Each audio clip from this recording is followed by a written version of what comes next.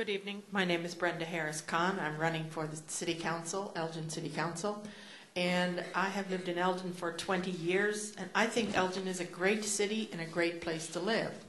I see Elgin as a dynamic city, always improving and changing, and I think Elgin is going to become a destination city for businesses, families, educational institutions, and other companies, so that we can improve the image of Elgin. One thing we do need to work on, though, is improving the image of Elgin, improving the perception of Elgin. Elgin is a very positive place as far as I can see. We have a lot of positive things going for us. We have a lot of resources available to us.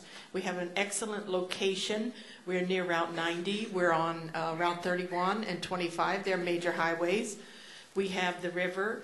We have an enormous workforce that's available to work at any time. All we need to do is improve the perception of Elgin to those people who need to come to Elgin, the businesses, the manufacturing companies, the educational institutions, and they will come. They will provide jobs. They will provide money for the city of Elgin, and they will also need housing in the city of Elgin, so the houses that are empty here will be rented or they will be bought. Another thing that I am looking forward to doing is supporting the program for a sustainable community, to make Elgin a sustainable community. And I am also in favor of getting more communication from the citizens of Elgin to the City Council and everyone else in Elgin, so that everyone can work together to improve the image of Elgin and to improve Elgin, to improve life here.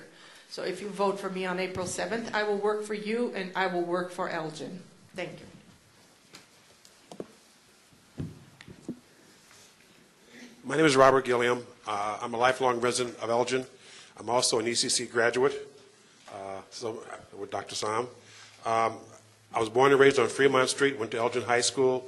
When I finished ECC, I got a basketball scholarship to go to the University of Nevada, Reno. Came back and I taught in U46, and I retired there and after 34 years in 2002. There's three things that we're going to talk about today. One is the financial status that we're in with the city. We've had to make some cuts, but we also have a very sound budget. Our tax rate, like we said, is $1.92. It's been that way for 17 years. We have a $15 million surplus, and we also have a AA bond rating, which is unusual for a city of our size. The next is neighborhood rehabilitation, revitalization. We've looked for a stricter code enforcement. We've downsized our occupancy, so it's tougher to have larger families. We think that's very important. We have a nuisance abatement ordinance to people that are homeowners that rent out to individuals. If they don't take care of that, then we can shut the rental unit down. The last thing is safety. We have the second lowest safety record in large 12 largest cities in Illinois. The only one that's better than we are, and that is Naperville. And then in closing, I'd like to say this. When it comes to responding to a neighborhood, like Mr. Walters said, we got rid of Nick's Liquor Store for you when you complained about it. You wanted a fire station, we built a fire station for you. When you want a rope house, we bought the cobblestone house, and we're going to remodel that into a rope house. And we also worked with 22 Locusts to try and reduce the crime element there. So I think when it comes to listening to a community, we listen to you very well, and I think we also respond very well. Thank you very much. Good evening. My name is Juan Figueroa, and thank you for the opportunity to be in front of you this evening. I'm very humbled to be able to represent you for the past 9 years.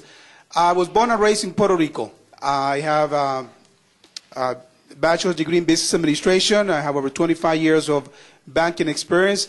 I have resided in Elgin for the past 17 years, of which, again, 9 years I've been serving you on the City Council. During my years in the City Council, I believe I have been an active and independent voice on the City Council, promoting citizen participation and access to City Hall. During my years in the City Council, I have led several initiatives. 3 of them, the Homeless Task Force, which allowed the city to approve a location for a homeless shelter in Elgin.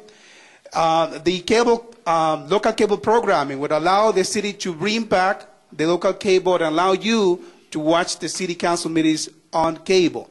And the last one was the one of the most important for me, which is enhancing the city tax base, because without the income, we would have many programs, but without money, we cannot do that. And that was the waste transfer station, which allowed the city to receive an additional $500,000 a year in revenue, so we can use to pay for public services. My biggest issue is the decline in revenue. You will hear tonight people telling you that there's other issues more important than the economy, and you and I know it's not true. It's the economy. Without income, we cannot be able to provide the services that you are demanding. The three major sources of income of Elgin are declining at the same time, and 70% of the money that we receive goes to benefits and earnings. So I hope you take careful consideration about who are promising you other items other than the economy. Thank you. Thank you, Juan. Rich? Good evening, ladies and gentlemen. It's nice to see a lot of familiar faces again. My name is Rich Dunn. You can read most of my bio on my website, dunnforelgin.com, but I am a graduate of ECC. I'm a past president of the Near West Side Neighborhood Association, one of the founding members. I was the first president of the Neighborhood Association. I lived here on the west side in your neighborhood for 14 years. My kids went to Washington School. I sat on the committee for the expansion for the gym of Washington School, and I sat on the committee for the expansion of St. Lawrence Parish. Those are two projects we were pretty proud of. I also, while I was president of the Neighborhood Association, we formed, neighborhood associations formed for a reason, and we formed because of a problem we were having with crime in the neighborhood, and that we weren't getting a lot of receptive ears at City Hall. And we asked for a rope officer, and we asked, and we asked, and we asked, and finally we did get a rope officer, but it did take some time. And then the community asked for a fire station, and we asked, and we asked, and we asked, and finally we did get a fire station, but it took some time. So I'd like to see the council be a little bit more responsive to the neighborhood associations, and I don't really feel that that's happening at this time. The other issues we have, I think, we don't really have a problem with our budget. We have a budget of $275 million. We have a problem with spending. We have a problem with spending and prioritization. We're looking at what are the priorities of the city of Elgin. Are they bringing in big developments? Well, if they're bringing in tax dollars, yes. But bringing in big developments far out west, I really don't see how they're bringing in tax dollars right now. They're stretching our city services farther than we can reach. So development being handled properly is number one, fiscal responsibility number two, and then being responsive to the community. And I look forward to your support on April 7th. Thank you.